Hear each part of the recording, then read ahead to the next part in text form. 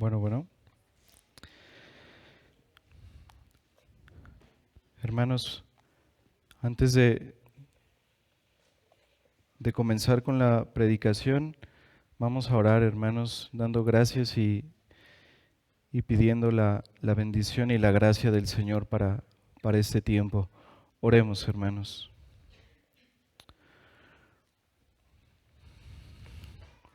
Padre,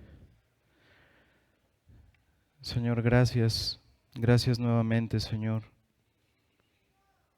por la bendición que das a tu pueblo de poder estar aquí, Señor. Padre, gracias por tu palabra, Señor.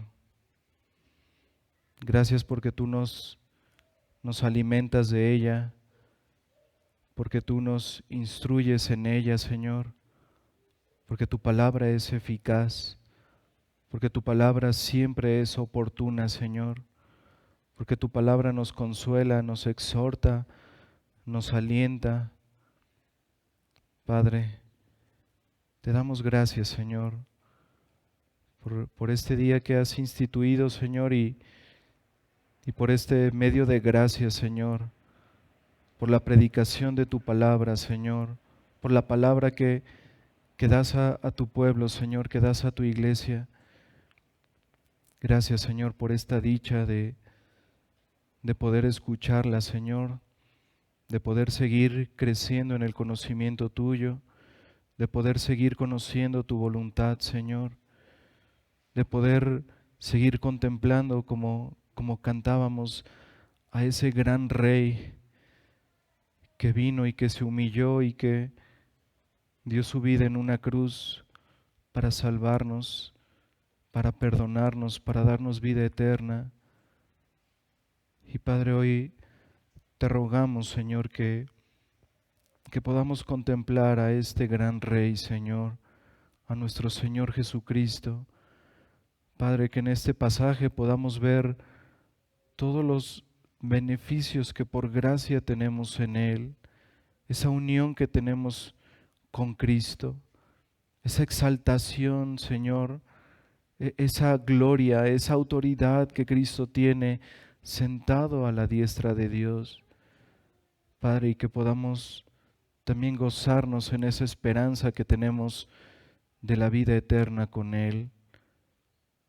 Ayúdanos, Señor, a que podamos ser obedientes a ese mandato que nos das en ese pasaje que veremos, de mantener nuestra mirada en las cosas de allá arriba, Señor, en las cosas eternas. Padre, que tu palabra nos aliente, nos motive, que tu palabra, Señor, inflame nuestros corazones por un amor por Cristo, para que podamos vivir, Señor, como es digno de ti. Y rogamos, Señor, que también obre, Señor, en la salvación de los que están sin Cristo. Extiende tu reino, Señor. Glorifícate salvando a aquellos que están buscando su salvación, aun aquellos que no la están buscando, Señor. Arrástralos a tu Hijo, Señor. Glorifícate extendiendo tu reino en este tiempo por medio de tu palabra, de tu evangelio. Y Señor, que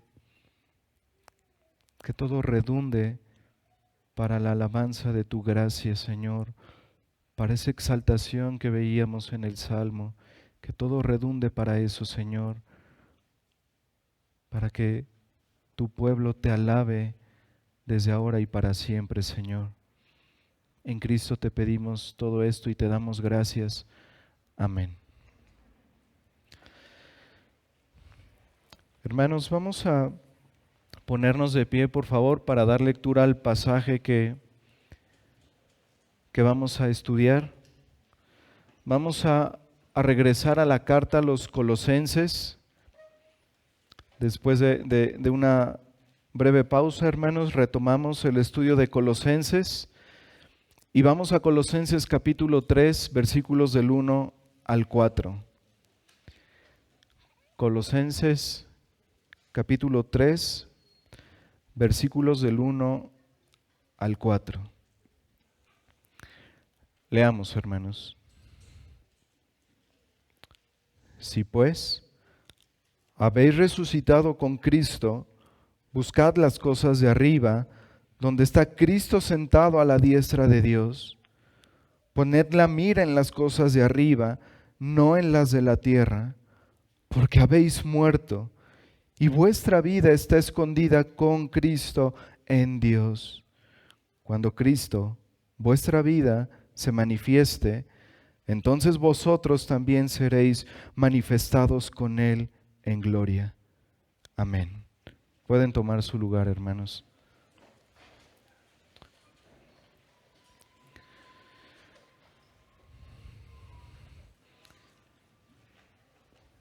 Hermanos, como lo hemos visto a lo largo de las predicaciones de esta carta a los Colosenses, el tema principal de esta carta, el tema principal de Colosenses es la supremacía y la suficiencia de Cristo. La supremacía en su persona gloriosa y la suficiencia en cuanto a su obra redentora. Y este pasaje, hermanos, es como un punto de conexión entre las dos mitades de la carta. La primera parte de la carta, todo lo que hemos visto hasta el día de hoy de Colosenses, esta primera mitad, esta primera parte, es la parte doctrinal. Y esta siguiente parte que empezamos el día de hoy, que comienza con el capítulo 3, es la parte práctica de la carta. Pero este pasaje, hermanos, Colosenses 3 del 1 al 4, es como ese punto de conexión entre esas dos mitades de la carta. Entonces la primera mitad es doctrinal. Y en esta parte, hermanos, en esta primera mitad, se enfatiza la deidad de Cristo y su obra redentora. Y estas verdades de las que nos habla el apóstol Pablo sobre nuestro Señor Jesucristo, las presenta en contraposición, como hemos visto, contra esa falsa enseñanza que estaba amenazando el Evangelio en Colosas. Esa filosofía que Pablo describió como una farsa hueca y engañosa proveniente de las tradiciones de los hombres y no de Cristo. En resumen, de acuerdo con esa falsa enseñanza, había algo que faltaba en Cristo y entonces era necesario complementarlo con las obras humanas y con la sabiduría humana. Pero como vimos, hermanos, Pablo enfáticamente dice, eso no es así. Eso no es así porque en Cristo habita corporalmente toda la plenitud de la deidad y vosotros estáis completos en Él. No hace falta nada. Teniendo a Cristo lo tenemos todo. No hay que añadir nada. Como dice el hermano Sugel Michelén, hay una fórmula en esta carta que dice, Cristo más nada es igual a todo. No hay que añadir nada, estamos completos en Él. Él es Dios, su obra es suficiente, Él ya lo hizo todo. Y en la segunda mitad de la carta, hermanos, vamos a ver la parte práctica.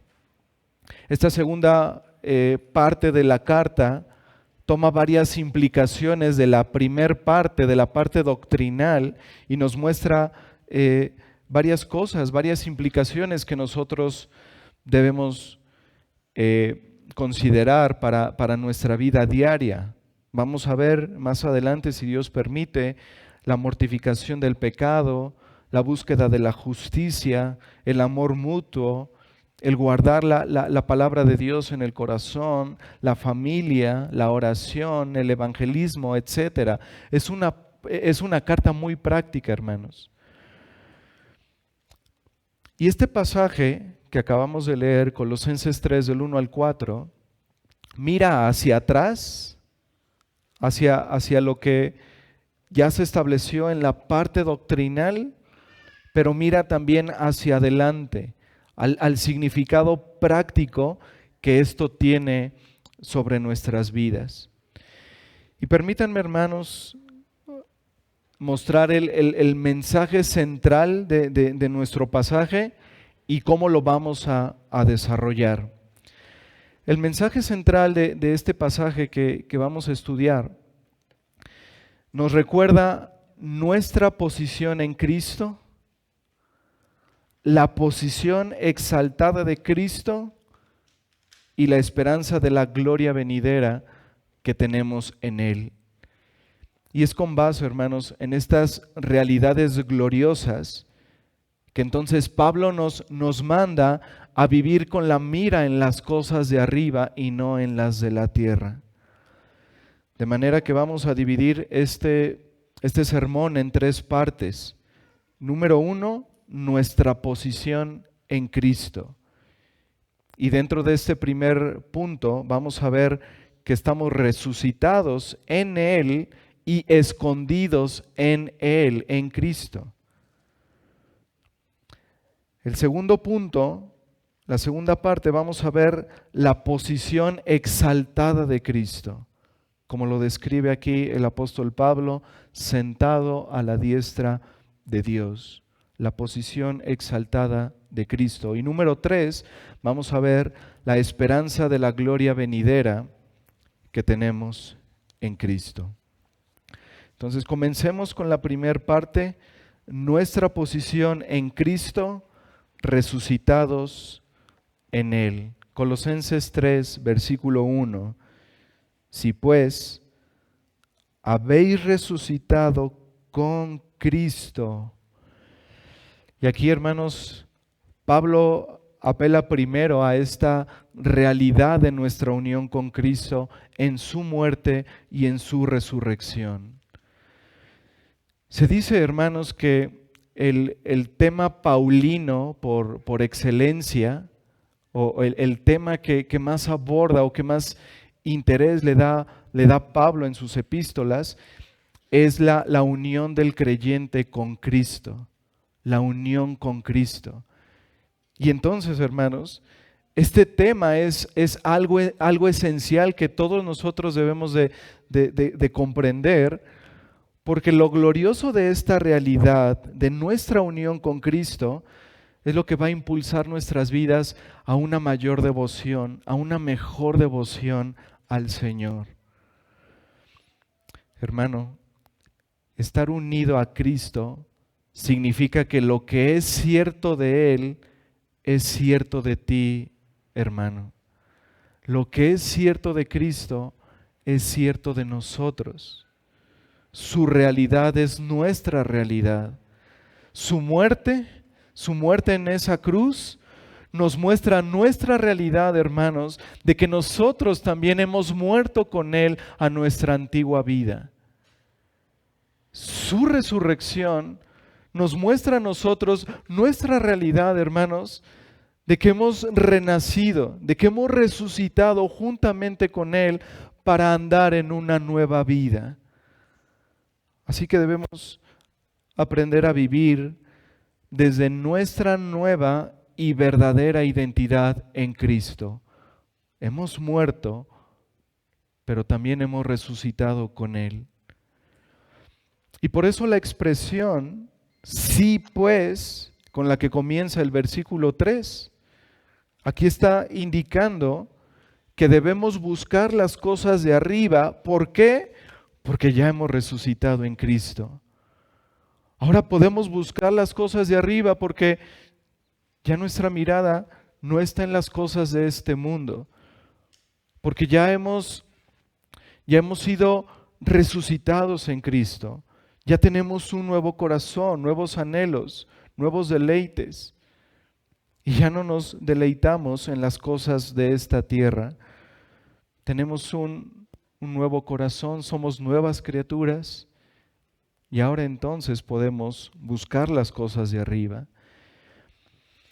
Y si ya hemos resucitado con Cristo a esa nueva vida, ¿por qué tener nuestra mira en las cosas terrenales? Ese es el argumento del apóstol Pablo. Y es el argumento de Pablo no solamente aquí, sino también en otras de sus cartas. Por ejemplo, hermanos, acompáñenme a Romanos capítulo 6.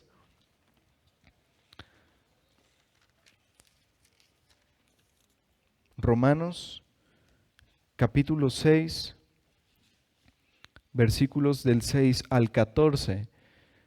Aquí el apóstol Pablo, hermanos, señala la incongruencia de seguir en el pecado cuando ya hemos sido unidos en Cristo en su muerte. Romanos 6, versículo 6. Sabiendo esto, que nuestro viejo hombre fue crucificado juntamente con él para que el cuerpo del pecado sea destruido, a fin de que no sirvamos más al pecado. Porque el que ha muerto ha sido justificado del pecado. Y si morimos con Cristo, creemos que también viviremos con Él, sabiendo que Cristo, habiendo resucitado de los muertos, ya no muere. La muerte no se enseñorea más de Él, porque en cuanto murió, al pecado murió una vez por todas, mas en cuanto vive, para Dios vive. Así también vosotros, consideraos muertos al pecado, pero vivos para Dios en Cristo Jesús, Señor nuestro. La unión con Cristo, hermanos, como dice aquí el versículo 6, no es que destruya el cuerpo como tal, pero sí destruye el reino del pecado en el cuerpo. Así que ya no somos esclavos del pecado. Y ese es el argumento del apóstol Pablo. Sabiendo esto, que nuestro viejo hombre fue crucificado, sabiendo que morimos juntamente con Cristo, entonces considerémonos muertos al pecado, pero vivos para Dios. Y es lo mismo que Pablo está diciendo a los colosenses. Si pues habéis resucitado con Cristo, buscad las cosas de arriba y no las de la tierra. Así que ese es el argumento de Pablo, pero sigamos leyendo Romanos 6, versículo 12. No reine pues el pecado en vuestro cuerpo mortal, de modo que lo obedezcáis en sus concupiscencias. Ni tampoco presentéis vuestros miembros al pecado como instrumentos de iniquidad, sino presentaos vosotros mismos a Dios como vivos de entre los muertos y vuestros miembros a Dios como instrumentos de justicia, porque el pecado no se enseñoreará de vosotros, pues no estáis bajo la ley, sino bajo la gracia. Hermanos, de modo espiritual y por medio de la fe, el día en que Cristo murió en esa cruz del Calvario, ese día nosotros fuimos muertos con Él. Y de la misma forma, de un modo espiritual y por medio de la fe, cuando Cristo resucitó de entre los muertos, nosotros resucitamos juntamente con Él. Así que esta es nuestra posición en Cristo, hermanos.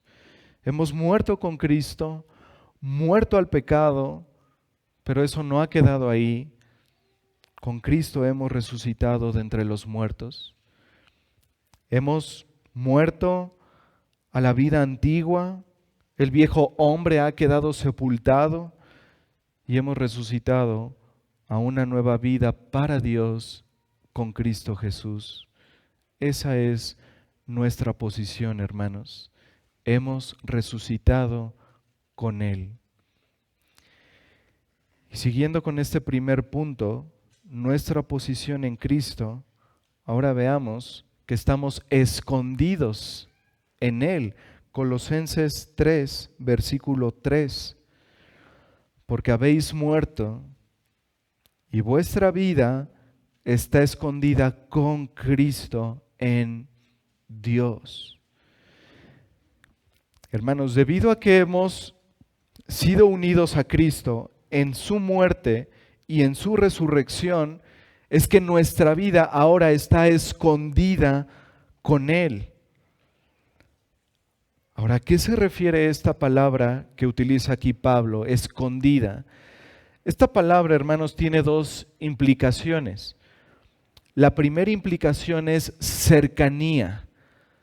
Estar escondido se refiere, hermanos, a estar cercanos y tener una seguridad inviolable. Habla de una seguridad como la seguridad que siente un niño pequeño en los brazos de su mamá o de su papá. Imagina, hermano, a un niño pequeño que está en su cuarto en una noche lluviosa y de repente viene un trueno muy fuerte y el niño se espanta y va corriendo a los brazos de su mamá o de su papá y ¿qué encuentra el niño ahí, hermano? Encuentra reposo, encuentra paz, encuentra seguridad. Sabe que ahí está seguro porque está cercano a su mamá, cercano a su papá. Y esa es la idea, hermanos. El niño ahora está cercano a su padre, escondido en esos brazos amorosos y protectores. Y hermanos, así se encuentra todo aquel que ha corrido a los brazos de Cristo. Todo aquel que está en Cristo está completamente seguro. Cristo es su refugio, Cristo es su paz, Cristo es su plena seguridad. Es solo en Cristo que podemos estar seguros, que podemos estar cercanos. Estamos escondidos en Él, cercanos a Él, seguros en Él. El cristiano puede estar seguro de que nada, ni la muerte, ni la vida, ni ángeles, ni principados, ni potestades, ni lo ancho, ni lo profundo, ni ninguna otra cosa creada lo podrá separar del amor de Dios que es en Cristo Jesús. El Señor Jesucristo dijo en Juan 10, mis ovejas oyen mi voz, y yo las conozco y me siguen, y yo les doy vida eterna, y no perecerán jamás, ni nadie las arrebatará de mi mano. Eso significa que estamos escondidos en Cristo, estamos seguros en Él.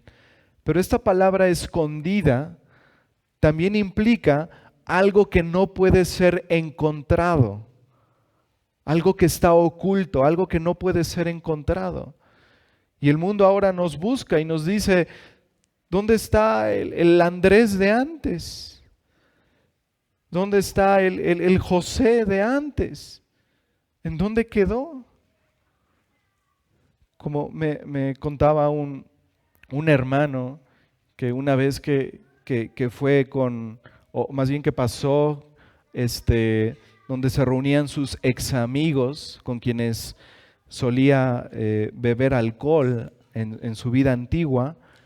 Este hermano iba con sus hijos y le preguntaron a sus hijos, ¿qué le pasó a tu papá?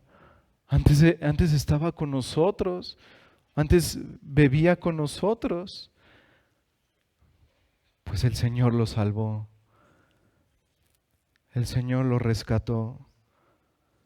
Así que ya no estamos, ya tenemos una nueva vida y esa vida está escondida en Cristo. Somos nuevas criaturas. Ahora estamos cercanos a Dios. Encontramos ese tesoro, encontramos a Cristo, contemplamos a ese gran Rey, vendimos todo, lo dejamos todo por Él.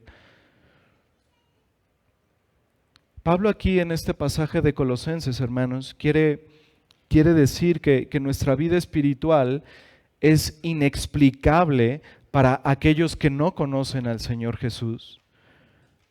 No pueden entender nuestras vidas, no pueden entender dónde encontramos la perseverancia cuando somos probados, por qué mostramos misericordia cuando somos maltratados. ¿Por qué nos gozamos en circunstancias donde Para otras personas no habría ninguna razón de gozo. ¿Cómo es que podemos dar gracias a Dios cuando el dolor es muy fuerte? ¿Cómo podemos dar gracias a Dios cuando ha llegado esa enfermedad tan difícil? Cuando ese familiar ha muerto. Para el mundo, hermanos, estamos locos. Para el mundo el Evangelio es una locura. Para el mundo somos personas raras que estamos atadas a un libro. Para el mundo somos insensatos, somos débiles.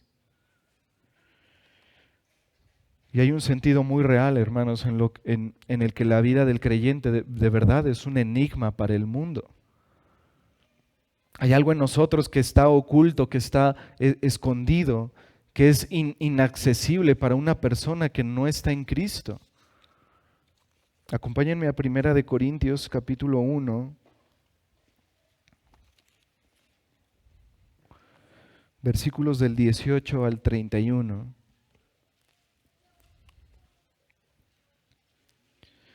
Primera de Corintios 1, versículos del 18 al 31. Dice aquí el apóstol Pablo a los Corintios, versículo 18, porque la palabra de la cruz es locura a los que se pierden, pero a los que se salvan, esto es, a nosotros, es poder de Dios. Pues está escrito, destruiré la sabiduría de los sabios y desecharé el entendimiento de los entendidos. ¿Dónde está el sabio? ¿Dónde está el escriba? ¿Dónde está el disputador de este siglo? ¿No ha enloquecido Dios la sabiduría del mundo? Pues ya que en la sabiduría de Dios el mundo no conoció a Dios mediante la sabiduría, agradó a Dios salvar a los creyentes por la locura de la predicación.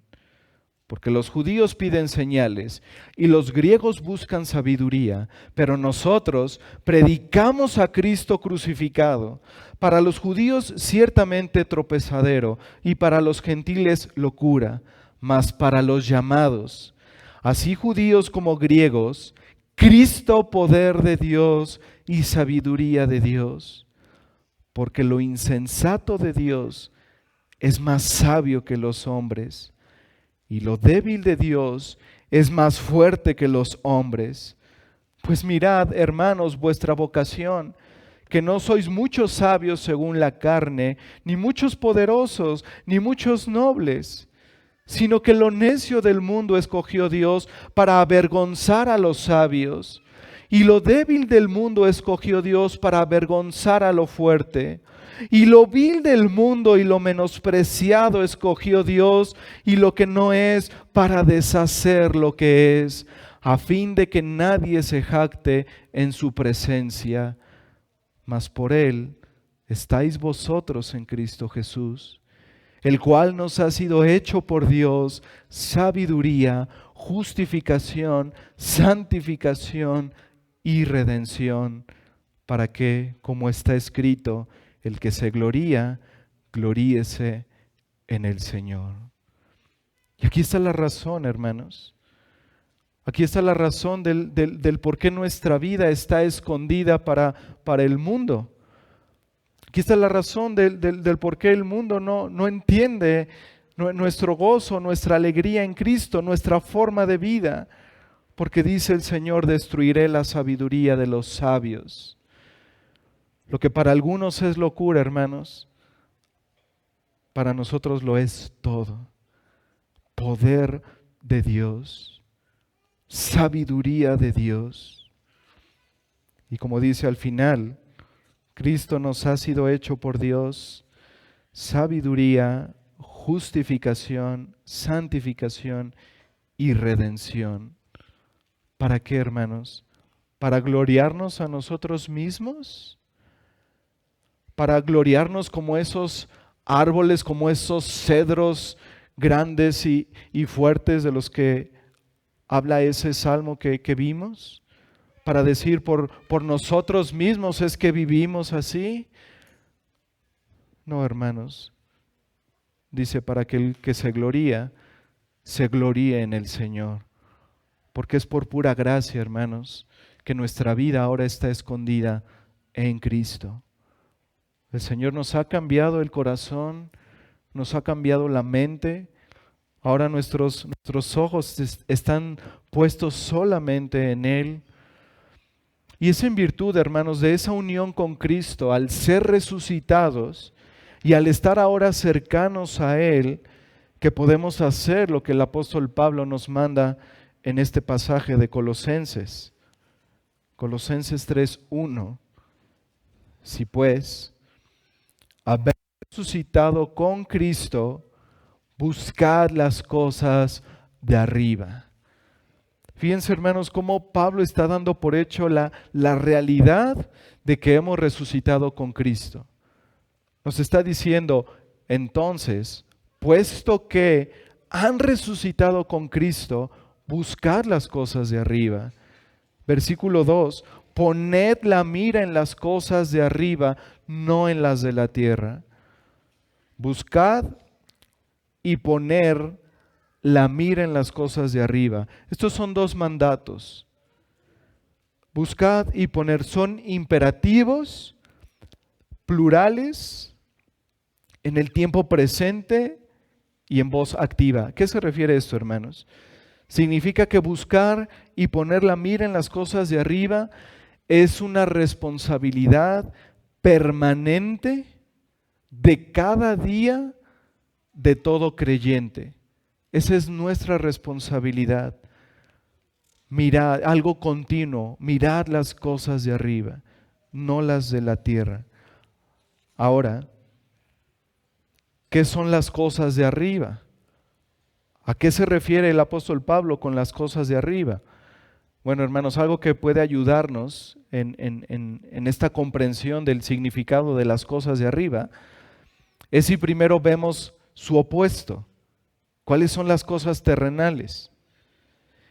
Y considerando el contexto de las palabras de Pablo, todo lo que ha dicho hasta ahora, hasta llegar al capítulo 3, las cosas de la tierra, las cosas terrenales, se refiere a esas prácticas legalistas, místicas y ascéticas que estuvimos viendo, ¿recuerdan? Se refiere en el contexto a todo eso, a todo lo que él ha atacado en el capítulo 2. Pero también, hermanos, con esta frase, las cosas de la tierra, se refiere a esas prácticas de la vida antigua que vamos a ver más adelante a partir del versículo 5. Miren el versículo 5, Colosenses 3:5.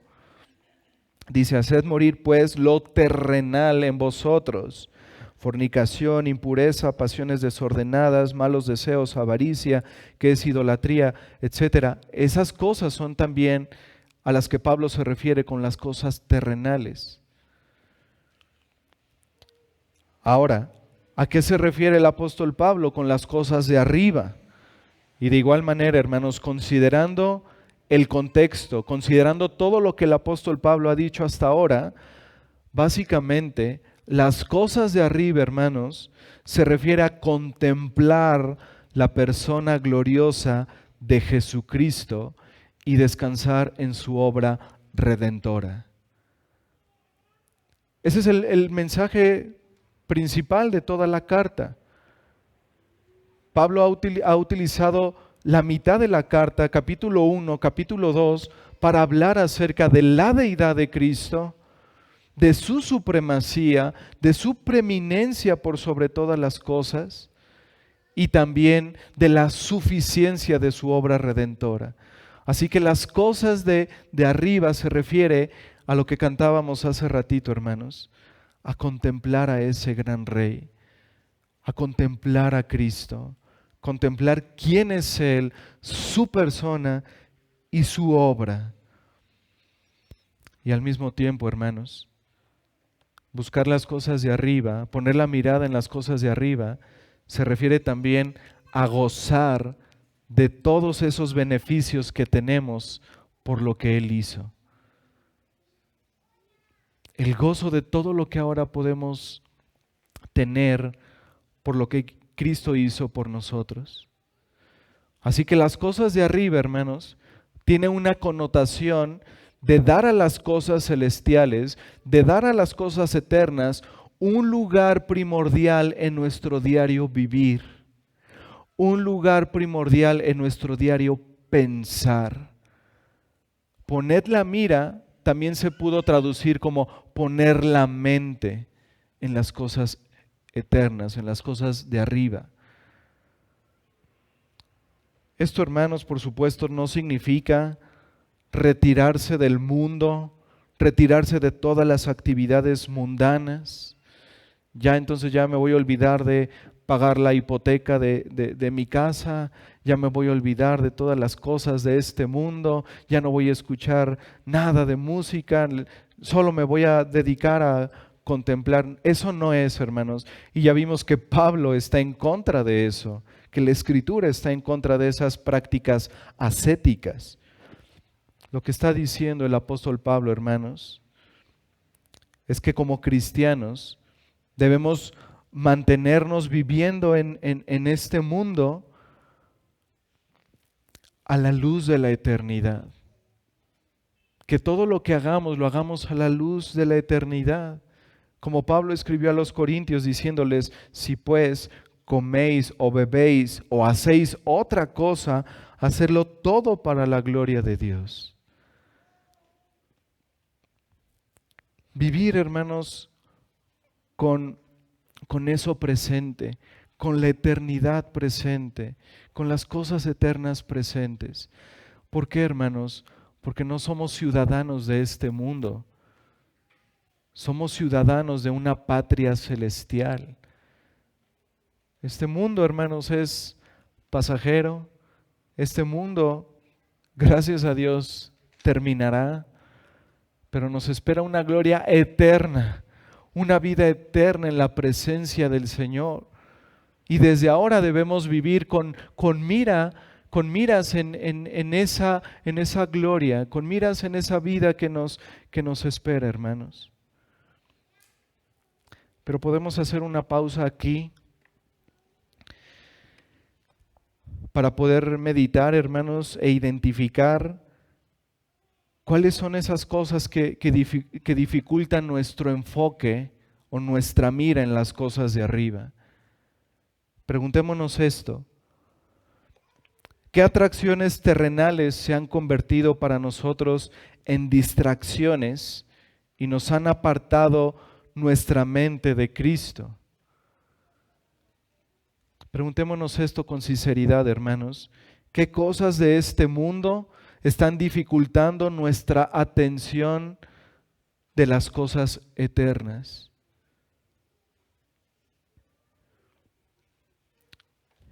Y hermanos, algo que va a ayudarnos a desconectarnos de esos distractores y a que podamos nosotros concentrarnos y mantener nuestra mirada en las cosas eternas, es contemplar al que está sentado a la diestra de Dios, contemplar a Cristo.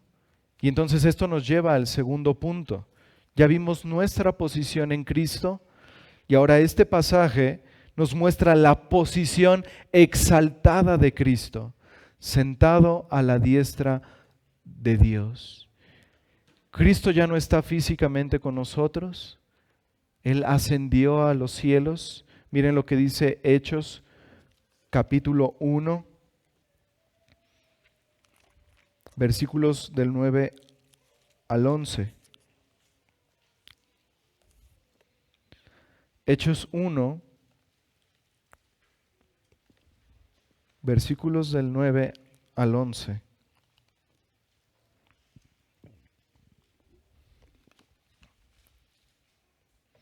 Versículo 9. Y habiendo dicho estas cosas, viéndolo ellos, fue alzado y le recibió una nube que le ocultó de sus ojos.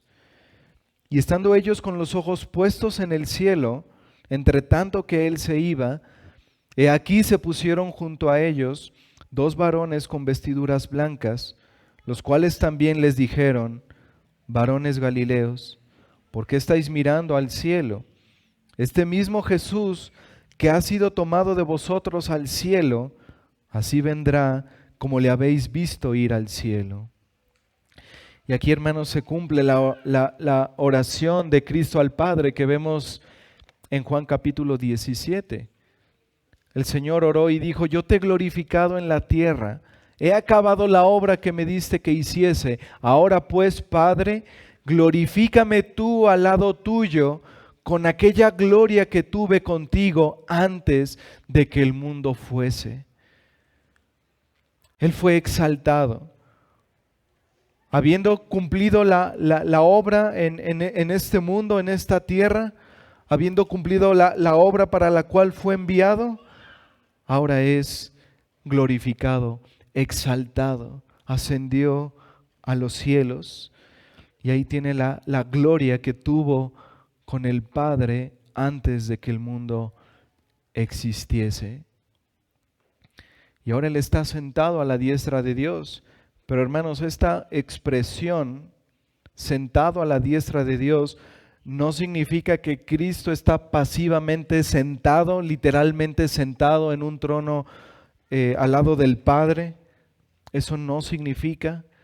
Significa, hermanos, que a Cristo se le dio una posición de honor, que a Cristo se le dio una posición de gloria, que a Cristo se le dio una posición de autoridad. Eso es a lo que se refiere esa frase, sentado a la diestra de Dios. Colosenses 3, versículo 1. Si pues habéis resucitado con Cristo, buscad las cosas de arriba, donde está Cristo sentado a la diestra de Dios. Y esta frase que utiliza aquí Pablo, Cristo sentado a la diestra de Dios, es una alusión al Salmo 110, versículo 1. Si gustan acompañarme ahí, por favor, hermanos. Salmo 110, versículo 1. Hermanos, este pasaje, este versículo, es el versículo más citado del Antiguo Testamento en el Nuevo Testamento. Salmo 110, versículo 1. Jehová dijo a mi Señor: siéntate a mi diestra hasta que ponga a tus enemigos por estrado de tus pies. Y existen numerosos pasajes en el Nuevo Testamento sobre este tema. Vamos a ver un par de ellos, hermanos. Hebreos capítulo 8.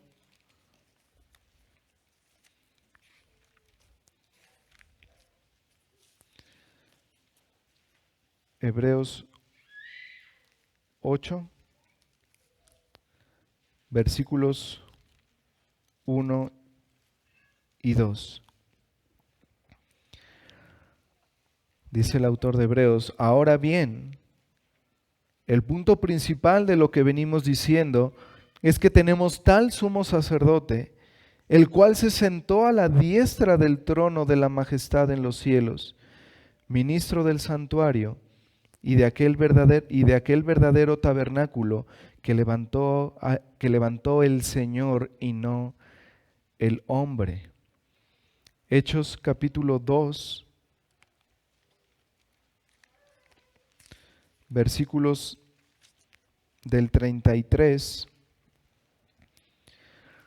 al 36.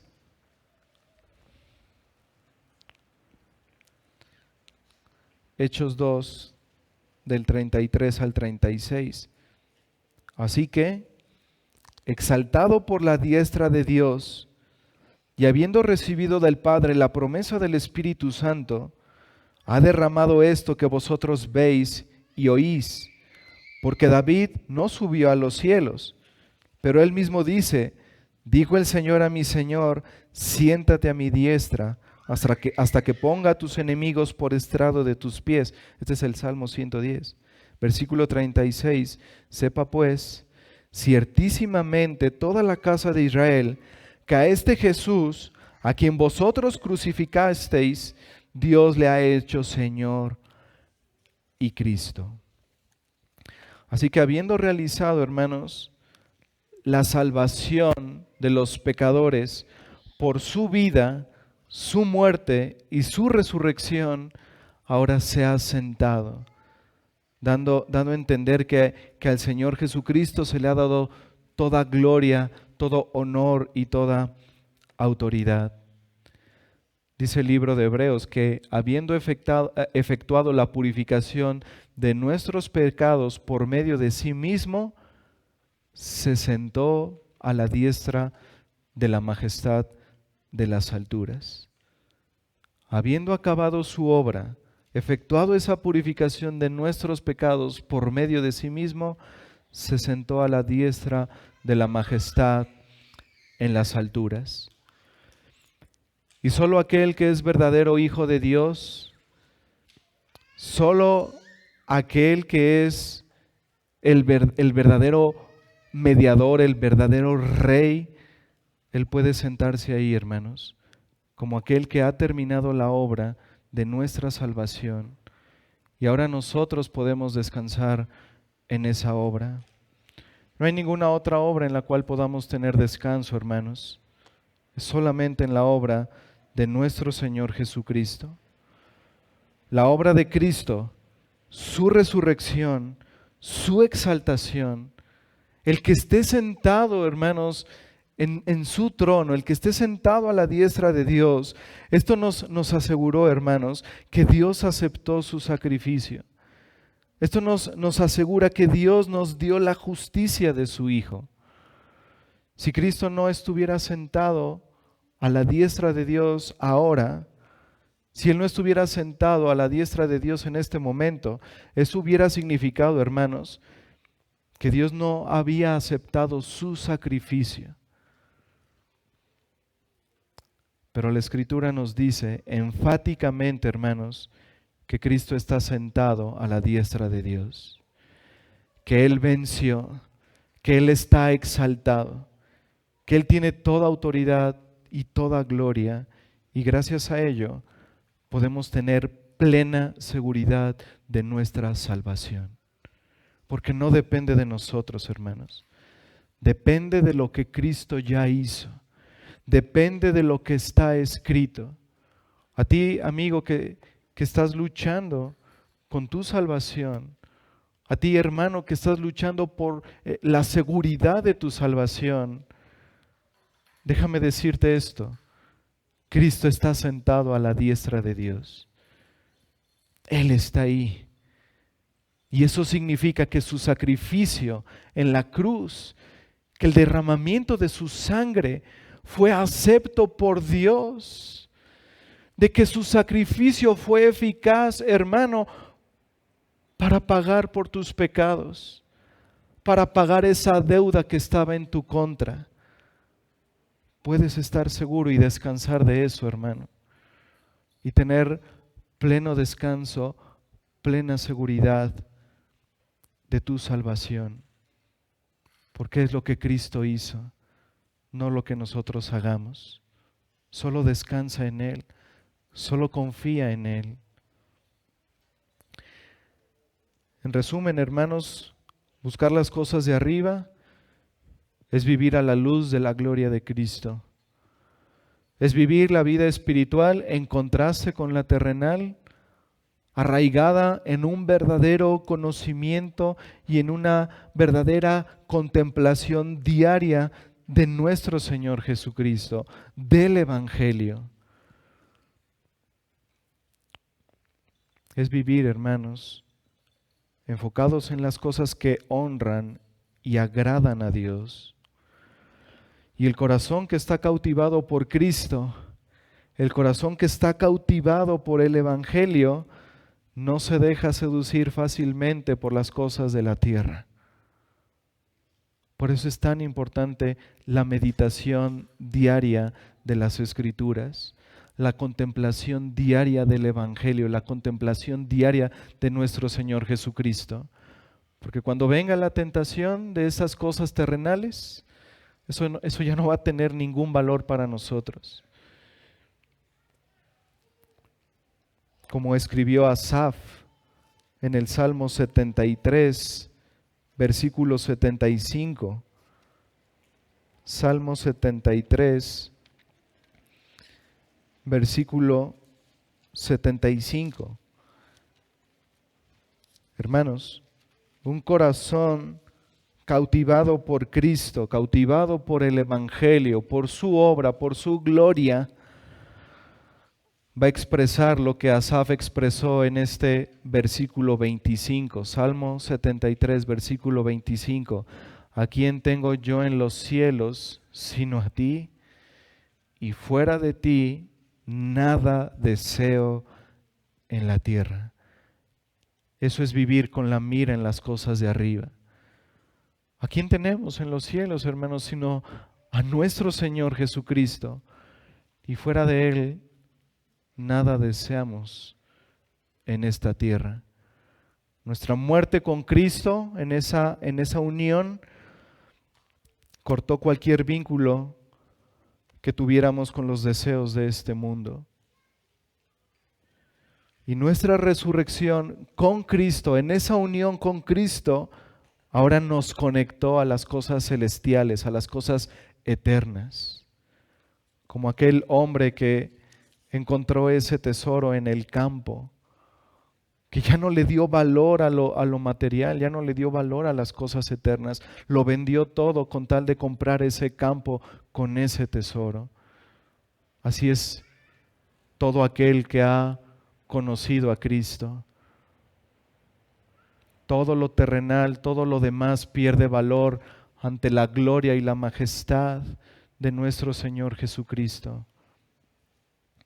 Pero hay algo más, hermanos.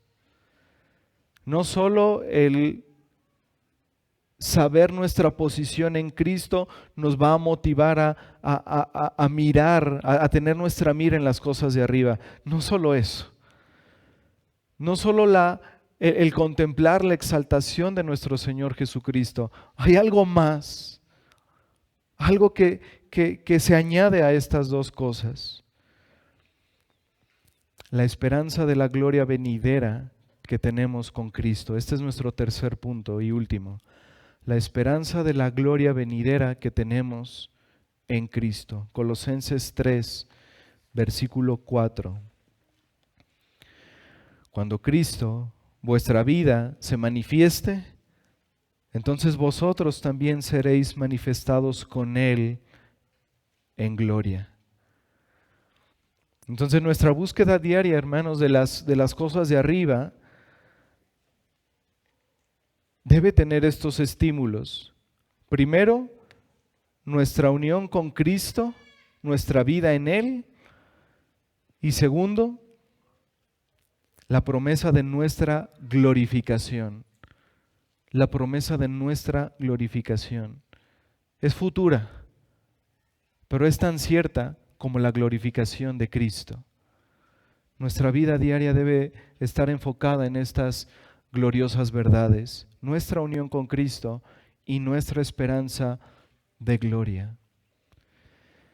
Mientras que los enemigos de la cruz, como los llama Pablo, ponen su mira en las cosas de la tierra, nosotros pertenecemos a una patria celestial y esperamos a nuestro Salvador, el cual vendrá y transformará nuestros cuerpos con su gran poder.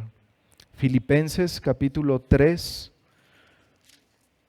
versículos del 18 al 21. Filipenses 3, versículos del 18 al 21. Dice Pablo, versículo 18, porque por ahí andan muchos, de los cuales os dije muchas veces, y aún ahora lo digo llorando, que son enemigos de la cruz de Cristo, el fin de los cuales será perdición, cuyo Dios es el vientre, y cuya gloria es su vergüenza, que solo piensan en lo terrenal. Mas nuestra ciudadanía está en los cielos, de donde también esperamos al Salvador, al Señor Jesucristo, el cual transformará el cuerpo de la humillación nuestra para que sea semejante al cuerpo de la gloria suya, por el poder con el cual puede también sujetar a sí mismo todas las cosas. Esta vida, hermanos, que ahora está escondida, que está oculta para muchos, en aquel día será públicamente manifiesta cuando Cristo regrese en gloria. Y ese día todo el mundo, todos aquellos que nos menospreciaron, todos aquellos que nos tuvieron por débiles, por insensatos, todos ellos verán que reinaremos para siempre al lado del Rey de Reyes y Señor de Señores. Y además, ellos verán que compartiremos su gloria. Por eso dice Pablo a los romanos: tengo por cierto que las aflicciones del tiempo presente no son comparables con la gloria venidera que en nosotros ha de manifestarse. Hermanos, en aquel día, cuando nuestro Señor Jesucristo regrese, nosotros seremos completamente libres del pecado.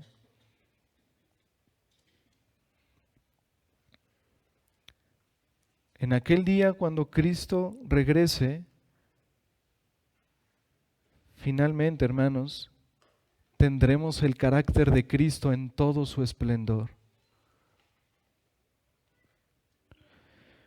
Ese día seremos librados del orgullo, de los malos pensamientos, de la mentira, de la codicia, del rencor, de los malos pensamientos, de la ansiedad. Todo esto, este cuerpo de muerte, hermanos, será transformado, será glorificado y tendremos un cuerpo semejante al de nuestro Señor Jesucristo. Y como dice Apocalipsis, ya no habrá más muerte, ni habrá más llanto, ni clamor, ni dolor, porque las primeras cosas habrán pasado. Eso es lo que nos espera, hermanos. Y por eso debemos tener nuestra mira en las cosas de arriba, porque estamos en Cristo, porque Cristo tiene toda autoridad en los cielos, todo honor, toda gloria, y porque esa gloria, hermanos, Él la compartirá con su iglesia, con cada uno de nosotros en aquel día, en ese día donde habrá acabado todo, donde habremos acabado esta carrera ardua de la vida cristiana y estemos con Él en ese pleno reposo, en ese pleno descanso, disfrutando de Él, disfrutando de su gloria. Pero ¿qué pasa con todo aquel que tiene esa esperanza?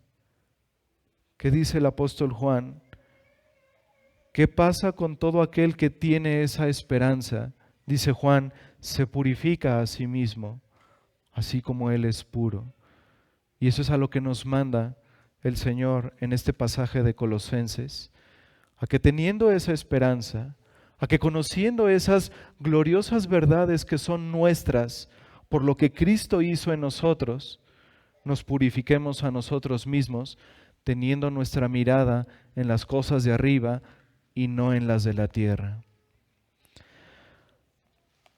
Amigo que estás sin Cristo, mira este pasaje de Filipenses que acabamos de leer, Filipenses 3 del 18 al 21.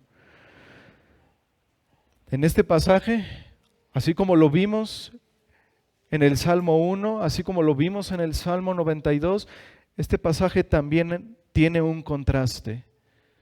Este pasaje nos muestra dos grupos de personas. Un grupo que son los amigos de Cristo, que esperan a Cristo, que lo esperan para que cuando Él regrese sus cuerpos sean transformados en gloria para habitar con Él para siempre. Pero hay un grupo que dice aquí en el versículo 18, son llamados enemigos de la cruz de Cristo y que solo piensan en lo terrenal. La pregunta es, ¿a qué grupo perteneces? Porque déjame decirte, amigo, que no hay un grupo intermedio. No hay un grupo que se llame los simpatizantes de Cristo.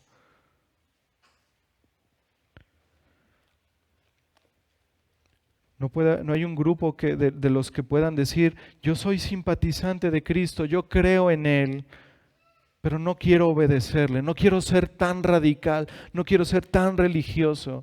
Amigo, no existen tales.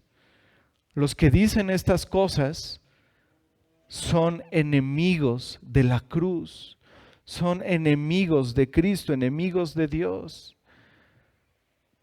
Dice en Mateo capítulo 7, versículos 21 y 22, el Señor Jesucristo mismo dijo, no todo el que me dice Señor, Señor, entrará en el reino de los cielos, sino el que hace la voluntad de mi Padre que está en los cielos.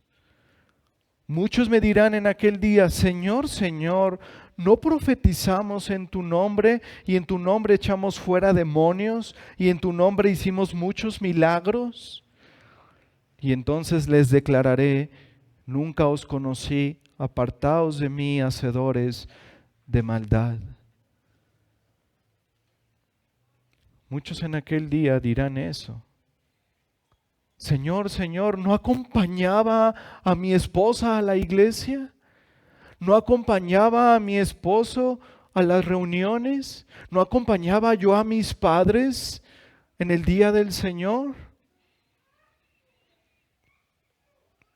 Entonces les declararé, nunca os conocí, apartaos de mí, hacedores de maldad.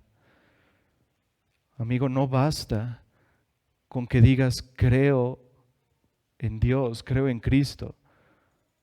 Hasta los demonios creen y tiemblan. Necesitas, amigo, reconciliarte con Dios por medio del arrepentimiento y la fe en Cristo. Amigo, ¿no te da temor el saber que estás sin Cristo? ¿No da temor a tu alma después de lo que has escuchado? ¿No te da temor estar sin Cristo? Como dice este pasaje de Colosenses, Cristo está vivo, Cristo está sentado a la diestra de Dios, con todo poder, con toda autoridad. Y un día, como leímos ahorita en Filipenses, un día regresará, un día vendrá en gloria, Él vendrá por su iglesia, pero ese día, amigo, no habrá más oportunidad para ti. Dice la Escritura que cuando Él regrese, muchos querrán que los montes caigan sobre ellos. Muchos querrán esconderse, pero no podrán. Porque dice el Señor que Él vendrá y el día que Él venga manifestará todas las cosas. Y ese día Él dará la justa retribución a quienes no quisieron obedecer al Evangelio, a quienes no quisieron someterse al señorío de Cristo. Pero amigo, este día es glorioso, como lo veíamos en la meditación, porque es un día en donde Dios habla de manera especial no solo a su pueblo, sino también a ti, amigo. Es un día de gran bendición para ti, amigo, porque hoy tienes la oportunidad de ponerte a cuentas con Dios. Hoy tienes la oportunidad de escuchar estas advertencias solemnes de parte de Dios y buscar tu salvación en este día, amigo.